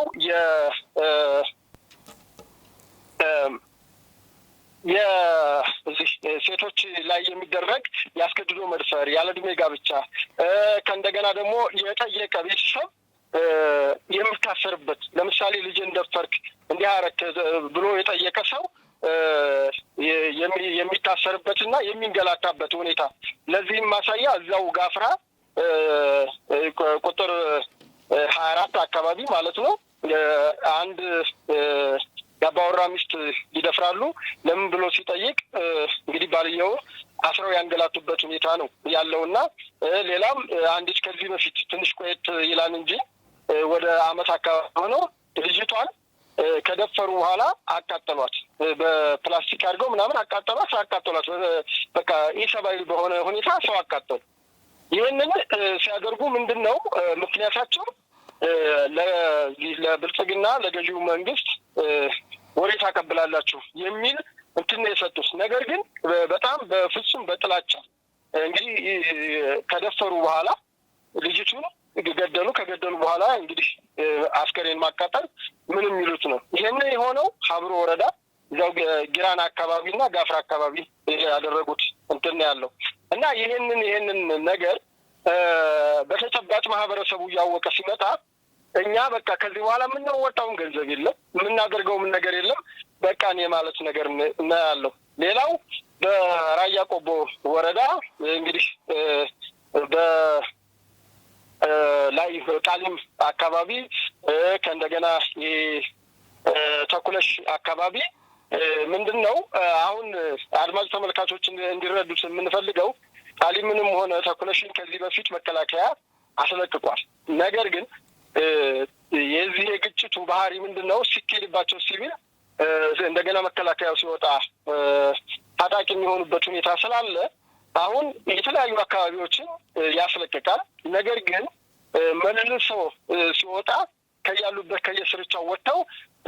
በላይ የሚሆኑበት ሁኔታ ነው ያለውና ይህን ከግንዛቤ ይግባ እና በአሁኑ ሰዓት የተጠና ኦፕሬሽን እየተደረገ ነው የሚገኘው በሰሜን ወሎ በራያ ቆቦ እንዲሁም በአይና በላስታ ላሊበላና ዙሪያውን አካባቢ እንዲሁም ደግሞ በዋርላ ደላንታ አካባቢ የተጠና ኦፕሬሽን እየተደረገ ነው ያለው። በደቡብ ወሎ በቦረና በመሀል ሳይንት አካባቢ ከፍተኛ ኦፕሬሽን እየተከናወነ ይገኛል። ከዚህ በፊት ጽንፈኛው ለዓመት ከ6 ወር አካባቢ ይዟቸው የነበሩ ቦታዎችን በማስለቀቅ ማለት ልክ እንደ ይዞታ ምሽግ አድርጎ ከዛ ቦታ ተስፈንጥሮ በማህበረሰቡም በመንግስትም ተቋማት ላይ ውድመት አድርሶ የሚደበቅባቸውን አካባቢዎች የቀድሞ የመያዝና ሽፋን ማለት ያንን ቦታ መደበቂያቸው ልክ እንዳይጡ ጉሬ መድፈን ነገር ነው አሁን የተያዘው ነገር ማለት ነው። እና አሁን መከላከያ በጥሩ ሁኔታ በጥሩ ቁመና በጥሩ ስነ ልቦና የማጥቃት ሂደቱ በደንብ ተያይዞታል። በቅርቡ መልካም ዜና ለመላ ህዝባችን የሚበሰር ይሆናል። ከዛ በተጨማሪ እንግዲህ ጽንፈኛው ያው የእርስ በርስ ውጊያው ተጠናክሮ ቀጥሏል። ይህም እንግዲህ እኔ እበልጣለሁ እኔ ነኝ ገዢ የሚል በራሳቸው በፈጠሩት የህልም መንግስት ራሳቸውን እንደ ትልቅ እንደ አባት የሚያዩበት እና ሌላውን እንደ ተገዢ የሚያዩበት ሁኔታ ነው ያለው። በዚህም እንግዲህ የነ ኮሎኔል ፋንታውና የነ ምሬ ያው በወሎ አካባቢ ያለው እንቅስቃሴ ምንድነው? እነ ፋንታሁንን የነ ምሬ ለማሸነፍ ወደ እነ ፋንታሁን ወደ ያዙት አካባቢ የመንቀሳቀስ ነገር አለ። በዚህ ከፍተኛ ጉዳት የደረሰባቸው በሁለቱም ጎን በዚህ አጋጣሚ በሁለቱም ጎን ከፍተኛ ጉዳት ደርሷል። እንዲሁም ከመከላከያው ከሚያደርገው ውጊያ ይልቅ ራስ በራሳቸው እየተዋጉ የሚያልቁት ሞር ደግሞ የበለጠ ነው። አሁን ይሄ በጣም ትልቅ አድቫንቴጁን ምንድነው የሆነው? በቃ ራስ በራሳቸው የሚያደርጉት ውጊያ የዚህም ሰላምን በክልሉ ለማስፈን የሚደረገውን ነገር አንድም ለህዝቡ ያለውን መንግስት እስከዛሬ ሲለፋ የነበረው ይሄ ቡድን ሰው ለጥቅም ነው ለራሱ እንትን ነው እንጂ እውነት ለአማራ ህዝብ አስቦና ተቆርቆሮ አይደለም እንደዚህ የሚያደርገው የሚለውን ነገር አሁን በተግባር እያሳዩት በተግባር እየሞቱ ስለሆነ ያለው ይህን የሰላም የማምጣቱን ጉዞ የበለጠ እንደውም ጉዞውን ነው እያፋጠነው የሚገኘው። ሌላው ሌላው ይሄ በውጭ ሆኖ ለሚያየው ሰው እኛ ስንናገር ነበረ እነዚህ ልጆች ምንም ህልም የላቸውም፣ ምንም የነጻነትም ሀሳብ የላቸውም። ዝም ብለው በዘፈቀደ በቃ ብቻ የሆነችን አጋጣሚ ተጠቅሞ የግል ሀብት ለማካበት የግል ገንዘብ ለማግኘት እንጂ የህዝብ ጉዳይ ግድ ሰጥቷቸው ያን እንደ አጀንዳ ይጠቀሙበታል እንጂ ከልብ እንደዛ አይነት ለዛም የተፈጠሩ ልጆች አይደሉም ስንል የነበረው ራሳቸው በተግባር ያሳዩበት ሁኔታ ነው ያለው እና ባጭሩ አማራ ክልል ላይ ያለው የእርስ በርስ የጽንፈኛው ቡድን ግብግብ ይህን ይመስላል። በሸዋም ተመሳሳይ ነው፣ በጎንደርም ተመሳሳይ ነው፣ በጎጃምም ተመሳሳይ ነው። በጎጃም ለየት የሚለው ትንሽ የመንግስት ብቻውን መንግስት ጽንፈኛውን በተለይ ይሄ እነ ዘመነ ካሴን ግሩፕ በደንብ አድርጎ እየቀጠቀጠ እንደሆነና በተለይ የሰልጣኞች እንደልባቸው ይሰለጥኑ ነበረ፣ እንደልባቸው እንትን ይሉ ነበረ። በአሁኑ ሰዓት ግን አሞራ ባዩ ቁጥር ድሮም መጣች እያሉ መደበቂያ የጠፋባቸው መሸሸጊያ ያጡበት ሁኔታ ነው ያለው። ጎጃም ለየት የሚያደርገው በዚህ ነው። ሌላው አካባቢ ግን የእርስ በርስ እንትኑ በራሱ የመንግስትን ይሄ የመከላከያን መስዋዕትነት የቀነሰ እርስ በርስ የሚጨራረሱበት ሁኔታ ነው ያለው። ምናልባት ቴዲ በጣም የሚገርመው ነገር ያው እንግዲህ በጣም በብዙ መንገድ እንደሚመሳሰሉ ከዚህም ቀደም ከነበረው የህወሓት እንቅስቃሴ ጋር ምን ያህል የተቆራኘ ወይም የተገናኘ ስራ እንደሚሰሩ የእነሱንም እገዛ እንደሚጠቀሙ ብዙ ጊዜ ገልጸን እናውቃለን። ነገር ግን እንዲህ ዛሬ ላይ ደግሞ እውነት የሆነ ግልጥ ያለ ነገር ደግሞ መምጣቱን ስናይ ይበልጥ ቁርኝቱ ያሳየናል። ለምሳሌ በጣም በሚገርም ሁኔታ መመሳሰል ብዬ የምገልጻቸው ነገሮች አንደኛ በቀበሌ ደረጃ ልጆች እንዲያዋጡ እየተደረገ ያለው ሂደት ቀድሞ ህወሓቶች በፕሮፓጋንዳ ኃላፊ ይመስለኛል ፒኤልኤፍ አለም ገብረዋህድ ህዝቡ መሀል ገብቶ ይሄን ያህል ወጣት አዋጡ ብሎ አካባቢው ላይ ያሉትን ሰዎች በአስገዳጅነት በቁጥር መድቦ ልክ እኔ እንደውም ያንን ፕሮግራም ስንሰራ የሰውን ልጅ አምጡ እያለ ያለ አይመስልም እቃ አስመስለው ነው የሚገልጹት ብዬ በጣም የኮነንኩት ሀሳብ ነበረ። ይሄን ያህል ልጅ አምጣ ይባላል አንድ ቤተሰብ፣ ይሄን ያህል ልጅ አምጣ አንድ አካባቢ ተብሎ በቁጥር ተሰልቶ ይሰጣልና ይሄ ከሰውነት ወይም ከሰብአዊነት የራቀ ሂደት ያየንበት ታሪክ ነበረ። ዛሬም የምናየው ያለነው እሱን ነው። በተመሳሳይ ሴቶችን ደፍሮ በዛ ልክ ደግሞ ኢሰብአዊ የሆነ ድርጊት የመፈጸም ሂደት ከትላንት የህወሓት ታሪክ መማራቸውን ወይም የእነሱን ደግሞ እግር እየተከተሉ እነሱም እንደዛ ያደረጉ እንደሆነ የሚያሳየ ማህበረሰቡ በዛ ጭካኔ እንዲፈራ፣ እንዲሰጋ፣ እንዲሰደድ ወይም እንዲያዋጣ የተባለውን በአስገዳጅ ሁኔታ እንዲያደርግ ለማድረግ ካላቸው ነገር ይመነጫል። ገንዘብ በዛ ልክ አሁን የአማራ ህዝብ የእውነት ገበሬው አንድን ልጅ ለማዳን 300 ሺህ ብር የሚያዋጣበት የሀብት ማማ ላይ ነው ያለው። እንደዛ ከሆነ ታዲያ ከየትኛው መከራው ነፃ ሊያወጡት ነው አብረውት እዛ በረሃ የመሸጉት? ይሄን ያህል መወጣት ከቻለ የአማራ ገበሬ፣ ይሄን ያህል ማዋጣት ከቻለ አንድ ቤተሰብ ታዲያ በየት በኩል ነው እነሱ ወደ ሌላ የተሻለ ምዕራፍ ወይም ብልጽግና ወይም ልማት ሊያሻግሩት የፈለጉት? ያልገባኝ ነገር ይሄ ነው። አይምታታም ወይ? ምን እያደረጉ እንደሆነ መምታታቱ ብቻ አይደለም፣ ማህበረሰቡን የእውነት ምን ያህል የሌላ አካል ተልእኮ ይዘው ለማቆርቆዝ ጉያው እንደገቡ ያሳያል። በጣም የሚገርመው ነገር ይህንን ሂደት ካለፉ በኋላ ጽንፈኞቹ ልክ ህወሓት ሂደቶቹን ሄዶ እርስ በርስ እንደተጋጨው አሁንም እርስ በርስ እየተገዳደሉ እየተበላሉ ነው። ይሄ በደንብ አድርጎ የትላንትናን የህወሓትን ማንነት የመጡበትን መንገድ መሀል ላይ የሆነውን መጨረሻ ላይ የሆኑትን እያየን ከመጣን ማህበረሰቡ ይህ የቲፒኤልኤፍ ታሪክ ትላንት ትግራይ ላይ የነበረው አማራ ክልል ላይ እየተደገመ እንደሆነ በጽንፈኞቹ የተገነዘበ ይመስለኛል። ለዛም ይመስለኛል ብዙ ከዚህ በፊት ከነበረው እውነት ከመሰለው ነገር ተሳስቶ ከአመነበት ነገር እየራቀ እያገለላቸው ያለም ይመስለኝ። የኔ ግንዛቤ ይሄ ነው። አንተ ምን ታዘብክ? ልክ ነሽ። ያው አሁን አንቺ ያልሽው በሙሉ በአማራ ክልል እየሆነ ነው። እንደው አንድ ጓደኛዬ ጋር እያወራን ነበር። እንደው ሌላ ጥሩ ነገር በኮረጁ መልካም ነበረ። አሁን ይህን ነገር ኮረጁ፣ ከህወሓት ኮረጁ። ህወሓት ከምን ደረሰች? ለህወሓት ምን አዋጣት? አሁን ወያኔዎች ከዚህ የተጠቀሙን ነገር ቢኖር እነዚህ ልጆች መልካም ነገር ነው ቢኮርጁ ምንም አይደለም። መልካምን ነገር መጥፎ ነገር ይኮረጃሉ። በህዝብ መከራን ያወረደ አሁን ትግራይ አካባቢ ላይ በእብሪት ያን ሁሉ ወጣት ሲፈልጉ በኮማንዶ ሲፈልጉ ሚሳኤል ጋር አረር አሸክመው መቀሌን ሲያዞሩት ያንን ሁሉ ከተማ ሲያዞሩት ሞራል ሲያነሳሱበት እኛ ሚሳኤል የታጠቅነንን እንኳን አይደለም የኢትዮጵያ መንግስት ያስመራው መንግስት እናሸንፋለን ብለው ነው ያንን በእብሪት ተነስተው በትግራይ ህዝብ ላይ አሁን ጆኖሳይድ ተፈጸመ፣ ግራና ቀኝ ተከበብን ምናምን ይልሻል። ራሱ ተንኩሰው ማለት ነው። ይሄም እብሪተኛ ቡድን ከዛ በቃ ያን ነው በቃ ከዛም ዘው በቃ ይሄ ቅብዝብዝነት መቅበዝበዛቸው አጠቃላይ ባለቻቸው እንኳን በዚች እንግዲህ እነዛስ እንደው ትንሽ ሚሳኤልም ድረስ ደርሰው ያው የልብ ትዕቢትም ስላለ ነው። ይሄኛው ቡድን እንደው ምንም ሳይዝ እንግዲህ አይተሻል እነዘመነ እኔ እንደው ሁልጊዜ አሁን ቲክቶክ የሚሰርተውበት እየተሳቀ ምን እየተባለ ነው። ግን እዚያንም ጀምሮ እኛ ያችን መሳሪያው ግዘናል ዘሪሁን 13 ብለው ያችን መሳሪያ አሁን ይዘናል ስንፈልግ የአብይን ቤተ መንግስት እናደባየዋለን 4 ኪሎ ፊት ለፊታችን ነው እያሉ የህዝብ ቅዠት ውስጥ የማይጠበቅ እንትን ውስጥ አድርገው ካሳቦሽ የትግራይም እኮ 4 ኪሎ እያሉ ነው መታ ያለበት አሁንም ይህንን የአማራን ክልል ወጣት 4 ኪሎ እያሉ አስጨረሱት። እነዚህ ልጆች ግብራቸው ተመሳሳይ መጥፎ ነገር ኮርጀዋል። መልካም ነገር ቢኮርጁ መልካም ነበር። ትግራይ ላይ ምን ተጠቀሙ? አብዛኛው አካል ጉዳት ሆነ፣ ላልተገባ ጦርነት ሞቱ።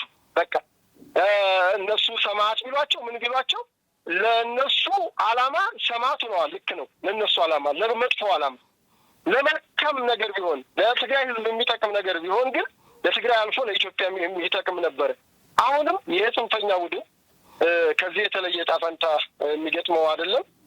ሕዝብን አማረውታል። ሕዝብን በጣም እኔ ልንገርሽ መንገድ ሲዘጉበት ከዚህ በፊት አንድ ቀን ቢውል የማያድርን ሕዝብ መንገድ ዘግቻለሁ ላልተወሰነ ጊዜ ብለሽ የምትቀልጅበት አንድ ባጃጅ ሹፌር ሰራተኛ ስራ አቶ ተምሮ ትምህርቱን አንዳንዱ ጨርሶ አንዳንዱ ደግሞ መሄጃ አቶ አረብ ሀገር ወደ ሌላ አካባቢ ከምትሰደድ ብሎ ባጃጅን አማራጭ አድርጎ የሚሰራ ነው አብዛኛው ወጣት በከተሞች የሚሰራ የወጣት እንግዲህ ባጃጅ አሽከርካሪ። ባጃጅ ካሽከረከርክ ከብልጽግና ጋር ነህ ከመንግስት ጋር ነህ ብሎ ፈርጆ ካንቀሳቀስኩኝ ይመቱብኛል፣ እንመታለን እያሉ እናቃጥላለን እያሉ አስፈራርተው ያን ሁሉ ቀን እንትን ሲሉት የሚበላው አጥቶ ተቸግሮ አንዳንዱ ደግሞ ቤተሰብ የሚያስተዳድር ልጆቹን የሚያስተምር ለትምህርት ቤት የሚከፍል ለቤት ኪራይ የሚከፍለው እያጣ በጣም ለኢኮኖሚ እንትን ችግር የዳረጉበት ከዛ አልፎ በክልሉ የሚንቀሳቀሱ ባለሀብቶች በክልሉ በሰላም እንዳይንቀሳቀሱ ወጥተው እንዳይገቡ ስጋት እንዲሆንባቸው እታገታለሁ የሚል መንፈስ እንዲመጣ አድርገው አሁን ክልሉ ከአካባቢ ተወላጆች ነጻ ሆኗል። በነገራችን ላይ ነጻ ሆኗል። እንኳን አይደለም የሌላ ሰው አካባቢ ልታመጪ ድሮ ታውቂያለሽ ኦሮሚያና አማራ ክልል ኢንቨስትመንት በመሳብ አንደኛ ነበሩ። አሁን ግን አማራ ክልል ማንም ድርሽ የሚልልሽ የለም። ምክንያቱም እነዚህ ልጆች ባመጡት ችግር ማለት እያገቱ ሰው ይዘው እንደ ከብት ስንት ያወጣል እያሉ እገሌን ብንይዘው ስንት ያወጣል እያሉ ሌላ አሁን በቅርቡ አንዳንድ የገቡ ነበሩ እነሱ ጋር የገቡትንም ሁሉ እናንተ ድሮ እኮ እንደዚህ ናችሁ ብለው ገንዘብ ስላላቸው እነዛ ሰዎች እዚያው አግተው አብረዋቸው ገብተው ማለት ነው አግተው ብር የሚደራደሩበት ሁኔታ ነው ያለው እና የልጆቹ ምንም ባዩ ምንም የመተላለቅ የህዝብን የማዋከብ ማህበራዊ እሴቶችን የመናድ አጠቃላይ ከነበረው የስነ ልቦና የማውረድ እንጂ ሌላ ምንም የመታገልም ሆነ የማታገልም ሲጀመርም ለመታገልም የሚያስነሳ ሞራልም አልነበራቸው። ለዚያም እኮ ነው ያወገዝናቸው። መጀመሪያ የሚታገሉበት ምክንያት አልነበራቸው። ስለዚህ ያው ይሄ የሚጠበቅ ነገር ነው። እንደው ለሌላው ተስፋ አድርጓቸው ለነበረው ሰው ነው እንጂ እኛ የምናስረዳው መጀመሪያም እኛ መነሻቸውን እናውቃለን። ዝም ብሎ በዘፈቀደ ተነስተው ጊዜው ስለተመቸ ቦታው ስለተመቸ ብቻ ነው እንትን ያሉትና ዙሮ ከወያኔ ምንም የተለየ ተግባርም ስራም የላቸውም። ውጤቱ መጨረሻውም ያው ነው የሚሆነው፣ የተረጋገጠ ነው። እሺ የማጠቃለያ ሀሳባችንን የልማት እናድርግ። ምናልባት ሰሞኑን ከአማራ ክልል አካባቢ በተለይ የጎንደር የልማት የገቢ ማሰባሰቢያ እሱን በሚመለከት እንዲሁም የክልሉ አመራሮች በዚህ የሰላም ላላቸው የሰላም ቁርጠኝነትና ከሰላሙ ጋር በተገናኘ ደግሞ ህብረተሰቡን ወደ ልማት ወደ ብልጽግና የማሻገርን ሂደት እንዴት እየተገለጸ ነው፣ አመራሮቹ ምን አይነት እንቅስቃሴ እያደረጉ ነው የሚለውን ደግሞ መልካም የምስራቹን ደግሞ እስቲ እናስቀጥል። መልካም ሻቢ ያው እንግዲህ መቼም ክፉ ሰው መቼም ዜና የሚሆነው ብዙ ጊዜ ታውቂያለሽ ክስተቶች ናቸው። እንደዚህ ከሆነ እንዲተፈጠረ የሚለው ላይ ነው እና ብዙ ጊዜ ከመልካም ዜና ይልቅ መጥፎ ዜናዎች እይታ ይበዛቸዋል እና አሁን እንግዲህ እኛ ደግሞ ሀቅና ሳቅ ስለሆነ ሚዲያችንም ሀቁንም እንደ ሀቅ እናቀርባለን፣ ሳቁንም እንደው አንዳንዴ ሁልጊዜም ትሬስ ነገር ብቻም አይደለም ቁመ እንደው ያዋዛን ማስተማርም ስለሆነ በአማራ ክልል ያው እንግዲህ ጉራማይሌ ሆኗል። አማራ ክልል እንዴ ጦርነት ነው ብለሽ ጦርነት ያወራሽ ያክል ደግሞ እንዲህ ሰላም ነው ብለሽ ደግሞ ሰላምን የምታስቀኝበት አካባቢዎች የበዓል ሁነቶች የሚታዩበት የሚንጸባረቁ ነው። ለምሳሌ ባሳለፍነው የገናን የጥምቀትን በዓል ማንሳት ይቻላል። ሃይማኖታዊም ቢሆን ህዝባዊ ትዕይንት ስላላቸው በዩኔስኮም የተመዘገበም ባህል ስለሆነ እነዚህ ባህሎች አምረው ደምቀው የተከበሩበት ሁኔታ ነው ያለው። በቅዱስ ላሊበላና በጎንደር በተለይ ጥምቀትና ገና በሁለቱ ቦታዎች በኢትዮጵያ ደረጃ በደማቅ ሁኔታ እና ታሪካዊ ምንትንም ስላላቸው በደማቅ ሃይማኖታዊ ስርዓታቸውን ጠብቀው የተከበሩበት ነገር ነው ያለው። ከዛን ጊዜ በኋላ እንግዲህ የአማራ ክልል የቱሪዝም መስህብና የሰላምና መረጋጋቱ የተረጋገጠበት በተለይ ደግሞ ከኮሪደር ልማት ጋር በተያያዘ የጎንደርና የባህር ዳር የኮሪደር ልማት አጃይብ ያሰኘበት ለካም እየተዋጉ ማልማትም ይቻላል የሚለው የገዢው መንግስት ጥንካሬ ያሳየበት እንግዲህ በተቃዋሚዎቹ ዘንድ ገዢው መንግስት አንድ ሐሙስ ቀረው እያሉ ያሉበት ሁኔታ ነው ያለው። ነገር ግን አንድ ሐሙስ የቀረው አይደለም፣ ገና አፍላ እንደሆነ ሰርቶ ያልጠገበ እንደሆነ እንግዲህ የገዢው መንግስት ያሳየበት ሁኔታ ነው ያለው። ለዚህም በህዝብ በህብረተሰብ ተሳትፎና በመንግስት የተሰሩ የተቀናጀ ልማት የታየበት የጎንደርና የባህር ዳር የኮሪደር ልማት ያው እንግዲህ ባህር ዳር በተፈጥሮ የተሰጣት ጸጋ አለ፣ እሱን መግለጽ ነው ብለዋል ክቡር ጠቅላይ ሚኒስትሩ። ጎንደርም ጎርጎራም ስታይ ከጣና ጋር የተያያዘ ጎንደር ደግሞ ከአብያተ መንግስቶቹ ከበፊት ከ300 ዓመት በላይ በኢትዮጵያ ማዕከላዊ መንግስትነት ታገለግል የነበረች ሙሽርነቷ እንደገና የታደሰበት ሙሽርነት ለካም ይታደሳል። አንዳንድ ሙሽሮች እንደውም ሰሞኑን 40ኛ ዓመታችን 50ኛ ዓመታችን እያሉ ያድሳሉ አይደለ? እና ጎንደር እንደገና ሙሽራ የሆነች እንደገና እንደ ወይን ጠጅ ደግሞ እንደ አዲስ የታደሰችበት ሁኔታ ነው ያለው። ለዚህም በሸራተን አዲስ ለጎንደር ብዙ ይገባታል በሚል የኢትዮጵያ አየር መንገድን ጨምሮ በርካታ ድርጅቶች ቃል የገቡበት በተለይ በቀናው ባለሀብት እነ በላይነህ ክንዴ የመሳሰሉ ትልልቅ ባለሀብቶች ለጎንደር ለኮሪደር ልማት ለመልሶ ማልማት ለሙሽርነቷ ቃል የገቡበት በርካታ ቢሊዮን ገንዘቦች እስከ 2.2 ቢሊዮን ብር ቃል የተገባበት ከመንግስትም ከግለሰብ ድርጅቶችም ጎንደርን እንሞሽራታለን የሚል ጥሩ የገቢ መሰባሰቢያ የተደረገበት ሁኔታ ነው። በተመሳሳይ ሚያዝያ 20 ቀን በወሎዋ ፈርጥ ኮምቦልቻ ኢንዱስትሪ ከተማ እንግዲህ በአማራ ክልል ትልቅ የኢንዱስትሪ ከተማ ኮምቦልቻ ከተማ ነች።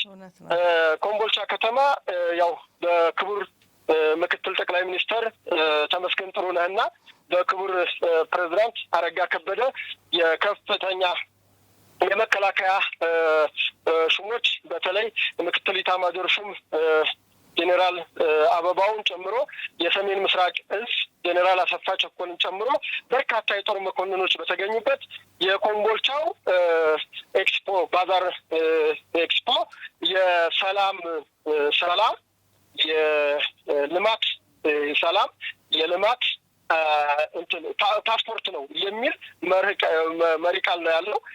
እንግዲህ ምንድነው ሰላም ካለ ልማት አለ፣ ሰላም ካለ ሁሉም ነገር አለ የሚል ነው። ለዚህ ደግሞ ደሴና ኮምቦልቻ በተለይ በዚህ በአሁኑ በተከሰተው ግጭት ህብረተሰቡን በማስተባበር ከጀግና ኢትዮጵያ መከላከያ ሰራዊት ጋር በመሆን እንዲሁም የሰላም ዘብ በማቋቋም ከወጣት አደረጃጀት ጀምረሽ ሚኒሻ ምልመላ ሰላም አስከባሪ በደንብ የሰራች ከተማ ስለነበረች በርካታ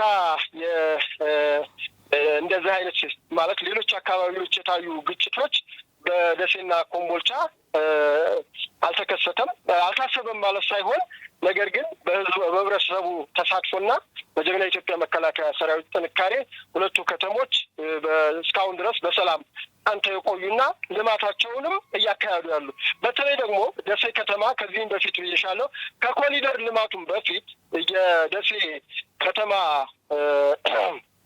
ክቡር ከንቲባ አቶ ሳሙኤል ሞላልኝ በጣም እኔ ለመስራት ነው የመጣሁት። ማንም ሰው የፖለቲካ ሌላ ጥያቄ ካላችሁ እሱን ማቅረብ መብታችሁ ነው። ነገር ግን ደሴ እንደ ስሟ መታደስ አለባትና ደሴን ላለማን የመጣሁት እኔ ጭቅጭቅ ንትርክ አልፈልግም እና አልማ ተባብሎ ከከተማው ህዝብ ጋር ከከተማው ባለሀብት ጋር ተነጋግረው ቀድማ ወደ ኮሪደር ልማት የገባች ነበረች። ድሮ በኢህአዴግ ጊዜ ከ20 ምናምን ዓመት በፊት ተጀምሮ ያልተጨረሰውን የሮቢት ቧንቧ መንገድ አለ። እሱም የቀለበት መንገድ ከፍተኛ የቀለበት መንገድ ነው። እሱ በማለቁ አሁን ትልቅ ከተማዋ ውበትና የትራንስፖርቱም በትልቁ ሁኔታ ያሳለጠበት በአሁኑም የጋራ መኖሪያ ቤቶች ለህብረተሰቡ እንግዲህ ደሴን እንደምታውቂያት በተራራ የተከበበች ቦታ ነች እና እድገቷ ከዚህ በኋላ ወደ ከፍታ ነው ማለት በፎቆች በአፓርታማና በኮንዶሚኒየም ስለሆነ የኮንዶሚኒየም የቅርብ ምዝገባ እሱም ባልተለመደ አማራ ክልል ባልተለመደ ሁኔታ በግልጽ ከተማ አስተዳደሩ እነዚህ መስፈርቶች የምታሟሉ በከተማው የመኖሪያ ቦታ ታገኛላችሁ የሚል እንትን የታየበት ነው እና በአጠቃላይ ወሎ ኮምቦልቻ የንግድና ኤክስፖ በክቡር ጠቅላይ ሚኒስተሩ በይፋ ተከፍቷል። እንግዲህ በክልሉ ርዕሰ መስተዳደር አረጋ ከበደ በይፋ ተከፍቷል። ኑ ጎብኙ፣ ሸምቱ፣ ሀገራችሁን አሳድጉ ትላለች ኮምቦልቻ። እኛም እንግዲህ ሀቅና ሳቆችን ለመላ ሀገራችን ሕዝብ ሰላምን እንመኛለን። እዚህ ላይ ጨርሻለሁ። አመሰግናለሁ። መልካም ጊዜ ይሁንላችሁ። እንግዲህ ከአካባቢው ማህበረሰብ ጋር ያለውን እውነታ በቀጥታ ከስፍራው ያደረስከን መረጃ በእውነት በርከት ያለ ነው። እናመሰግናለን። እንደውም እዚህ ስለ ኮምቦልቻና ደሴ ስታወራ አብዛኛው የሰሜን ሰው በተለይ ወደ ትግራይ ወደ አስመራ የሚሄድ ማህበረሰብ ብዙ ትዝታዎች ያሉበት አካባቢ ብለህ ምን ነው ብትጠይቀው ደሴንና ኮምቦልቻን ወልዲያን ይጠቅሳል፣ አላማጣን ይጠቅሳልና በዚህ ሂደት እንግዲህ ዛሬ ወደ ልማት ደግሞ ፊታቸውን አዙረው ሌሎችን ብሔር ብሔረሰቦች የሚጋብዙበት የሰላም ጥሪ ላይ ስለተደረሰ ሁላችንም በጣም እጅግ አድርገን የምናመሰግነው የመከላከያ ሰራዊታችንን ነው። እንግዲህ በየቀኑ በሚከፈል መስዋዕትነት በወንድሞቻችን መስዋዕትነት የታነጸ የመከላከያ ሰራዊትን ዛሬም እጅግ አድርገን ከፍ አድርገን እናመሰግናለን። ነገም የተሻለ መልካም ዜና እንደምታሰማን ተስፋ አደርጋለሁ። ባላችሁበት ሁሉ ሰላም ሁኑ። እጅግ አድርጌ አመሰግናለሁ ቴዲ ለዛሬ ያደረስከንን መረጃ። እሺ አቤ፣ እኔም በጣም ነው የማመሰግነው። አጋጣሚ ያው ግዳጅ ላይ ስለሆን ነው ሆነን ለመናገር ይህን እያወራን እያለን አሁን ዝናብ እየዘነበ ነው። እንግዲህ ለሀገራችን ሰላም ያወርድልን። እንግዲህ መልካሙን ነገር ይስጠን። ኢትዮጵያ ከፍታዋ የድሮ ከፍታዋ እንዲመለስ እንመኛለን። ቀይ ባህር የኛ ነው፣ አሰብ ወደባችን ነው። ቴዎድሮስ አያሌው ነኝ ካለሁበት ከስፍራው። ዛሬ አልናገርም፣ ምክንያቱም ገና ኦፕሬሽን የሚደረግበት ቦታ እየሄድን ስለሆነ። ቴዎድሮስ አያሌው ነኝ። አመሰግናለሁ። ዛሬ እንግዲህ አመሰግናለሁ። በድል ተመለሱ። እንግዲህ እናመሰግናለን። እሺ ሻቢ፣ እሺ ሰላም ጊዜ ይሁንላችሁ። ክቡራትና ክቡራን ተመልካቾቻችን እንግዲህ ያሉትን መረጃዎች የግድ ማድረስ አለብን። የሆነውን በተለይ ደግሞ መግባባት ተፈጥሮ ሰላም ሆኖ ሁሉም ዜጋ በነጻነት በሰላም የሚኖርበት በፍቅር በአንድነት የሚኖርበት አገር እንድትኖረን ሁላችንም እንመኛለን። በዚህ ምኞታችን ውስጥ ግን እየተፈጠሩ ያሉ ደግሞ አላስፈላጊ ሁኔታዎች የግድ ወደ እናንተ ማድረስ አለብን። የእርስ በርስ ግጭት ውስጥ ናቸው ስንል ጽንፈኞቹ የእርስ በርስ ግጭቱ ውጤት ስለሚያስደስተን አይደለም። ነገር ግን የሚበዛው ህዝብ ነው። የሚበዛውን ህዝብ የሚበጠብጥ አካል ደግሞ የግድ የመከላከያ ሰራዊታችን መስዋዕትነት ከፍሎ ለህዝቡ ደግሞ ሰላም ማምጣት ስለሚጠበቅበት ነው ያሉትን መረጃዎች በግልጽ ወደ እናንተ ማድረስ ያለብን ብለን ስናቀርብ የነበረው። ግን በቅርቡ እንደተባለው ብዙ የጽንፈኞቹ አባላት የነበሩ እጃቸውን ለመከላከያ ሰራዊት የሚሰጡ ወደ ሰላማዊ ህይወት የሚመጡ ወጣቶችም እንዳሉ ግምት ውስጥ በማስገባት አሁንም የኢትዮጵያ መንግስት ሁሌም እጁን ዘርግቶ የመከላከያ ሰራዊትም ጥሪ አቅርቦ እጃቸውን እንዲሰጡ ወደ ማህበረሰቡ የሰላም ህይወት እንዲመለሱ የሚደረገውን ጥረት ግን መቀጠል መቻል አለበት። ህብረተሰቡም ይህንን በማድረግ ወጣቶቹን በመምከር ወደ ሰላም ህይወት እንዲመለሱ የሰላሙ ተቋዳሽ እንዲሆኑ የማድረግ የሁላችንም አስተዋጽኦ አለበትና በያልንበት ሆነን ይህንን ሀሳብ ማንጸባረቅ ይጠበቅብናል። ሰላም ለሀገራችን እንዲሆን ከዚሁ ምኞታችንን እንገልጻለን። አብራችሁን ቆይታችሁ ደግሞ ዝግጅታችንን ስለተከታተላችሁ እጅግ አድርጌ አመሰግናለሁ። መልካም ጊዜ ይሁንላችሁ።